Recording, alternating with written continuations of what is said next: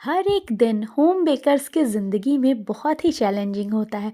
आज कौन सा ऑर्डर आएगा, कैसा डिज़ाइन बनाना है या कल जो मुझे ऑर्डर मिला है उसका क्या मैं करूं।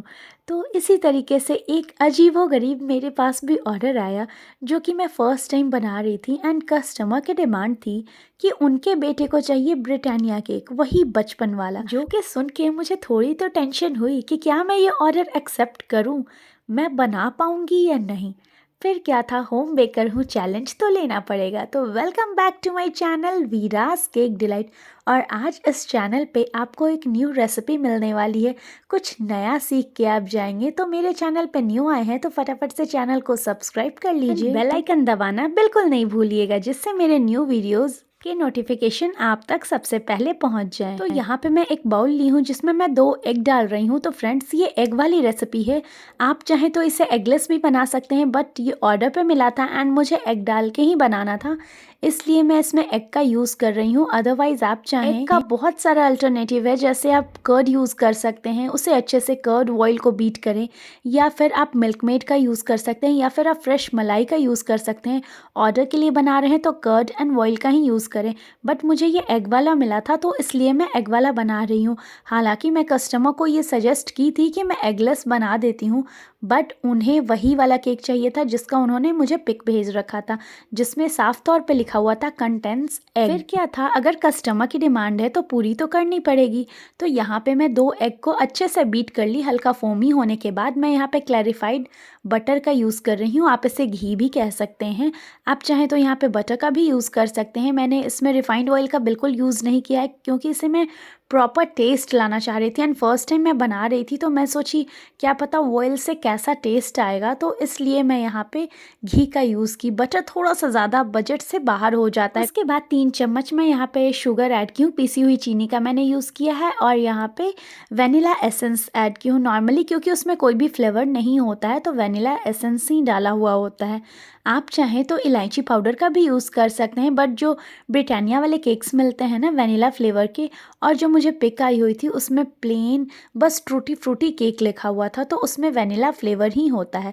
उसके बाद उसे साइड कर दी हूँ मैं अच्छे से बीट करने के बाद, और फटाफट से अब हम लोग मैदा ले लेंगे। तो 150 ग्राम के करीब कस्टमर को चाहिए था, तो मैं 1 कप मैदा का ही बस बना रही हूँ।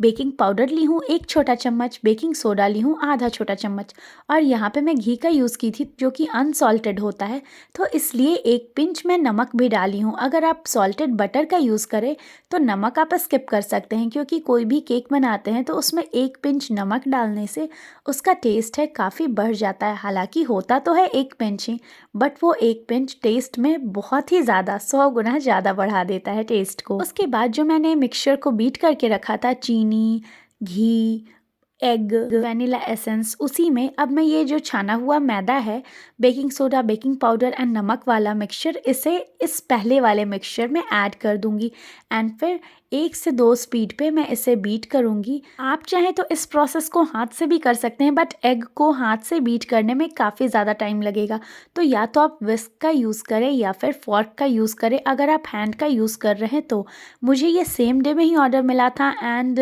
आप मॉर्निंग में करीब 10 से 11 बजे के करीब मिला, एंड लंच के बाद उन्हें चाहिए था 3 बजे। तो इसलिए मैं सब कुछ मशीन का यूज़ करके ही क्यों, मशीन से कुछ भी करने पे काम इजी हो जाता है। 4 चम्मच मिल्क के हेल्प से मैं ये बैटर को प्रॉपर वे में रेडी कर लूँगी। तो मेज़रमेंट के लिए आप नॉर्मल घर की कटोरी या कप ले सकते हैं, जैसा कि मैं आपको हर वीडियो में दिखाती हूँ, चाहे वो एगलेस केक हो या एग वाले केक हो। आप घर की रखी हुई चीज़ यूज़ करके उसे मेजरिंग कप एंड स्पून बना सकते हैं, आपको अलग से मेजरिंग कप्स लेने की ज़रूरत नहीं है।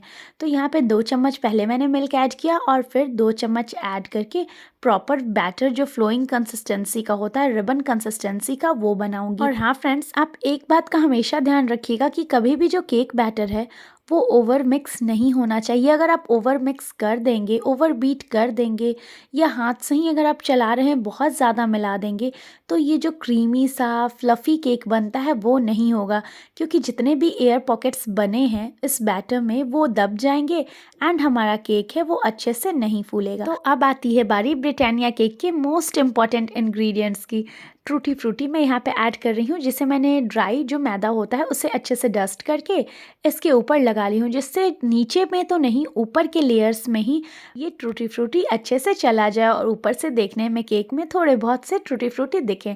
और हमारा बहुत ही जल्दी ये एग वाला केक आपको 20 से 25 मिनट्स में बन करके रेडी हो जाता है। 1 कप मैदे का अगर मैं बनाती हूँ तो प्लेन केक तो मैं बनाई हूँ 25 मिनट्स लगते हैं, मैक्सिमम 30 मिनट्स, बट ये मेरा 20 मिनट्स में ही बन करके रेडी हो गया था। इनफैक्ट 1-2 मिनट कम ही लगे होंगे। उसके बाद मैं टूथपिक से चेक की तो ये बिल्कुल क्लीन आया। ऊपर से जब मैं टूटी फ्रूटी डाली तो मैं देखी थी कि ऑलमोस्ट तो मेरा केक पक चुका है, तो जितने भी बाहर होंगे वो निकल जाएंगे। और मुझे इसे गर्म में ही डिमोल्ड करना था, क्योंकि ऑर्डर्स भी और भी थे मेरे पास, उन्हें भी मुझे बनाना था एंड इसे भी ठंडा करने का उतना ज़्यादा टाइम नहीं था। और गर्म में डिमोल्ड, आपको वेपर दिख रहा होगा, गर्म में ही डिमोल्ड करने के चक्कर में ये बीच से टूट गया और जितने एक्स्ट्रा टूटी फ्रूटी थे वो प्लेट में निकल गए। कोई नहीं, जितना अंदर जाना था उतना क्वांटिटी तो मैं डाल दी थी। और अब हम लोग इसे छोटे छोटे स्लाइस में कट कर लेंगे, क्योंकि इसे मैंने कैसे पैक किया, कैसे दिया, वो आगे वीडियो में बने रहिए, आपको मैं दिखाऊंगी। और ये देखिए, ये केक गरम है, मीन्स बहुत ज़्यादा गरम तो नहीं, लेकिन हाँ गरम था। ल्यूकवार्म तो आप कह ही सकते हैं, जैसे हल्का हाथों पे छूने पे गरम लग रहा था।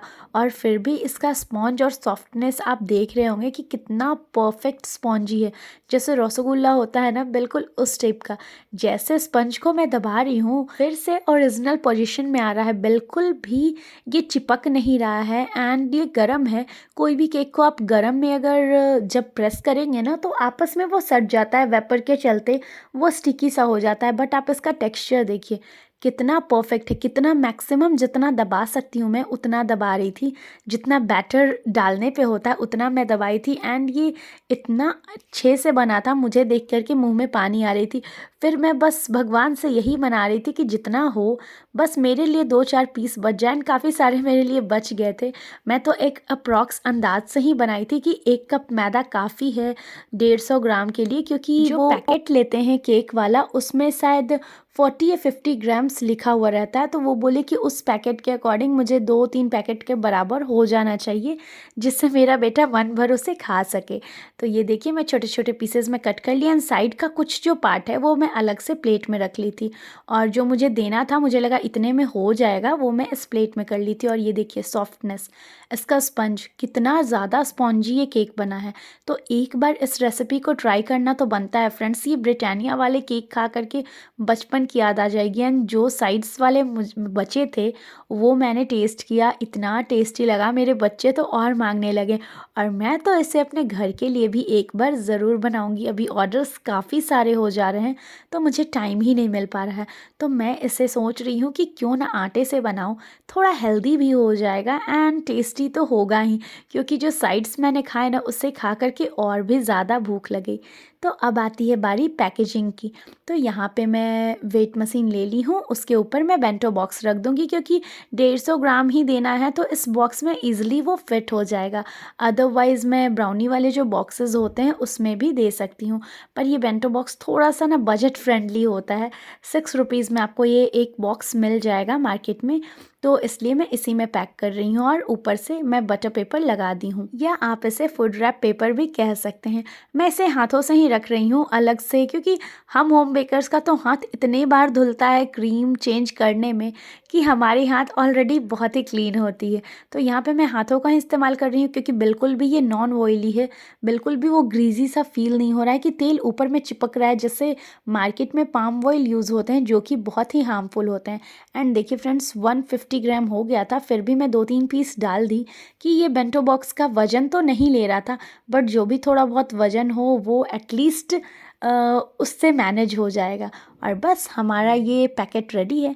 तो फ्रेंड्स, वीडियो पसंद आई होगी तो प्लीज़ लाइक कर दीजिएगा, चैनल पे न्यू आए हैं तो सब्सक्राइब ज़रूर कीजिएगा। मिलती हूँ अगले वीडियो में। Till then take care and bye, thank you for watching.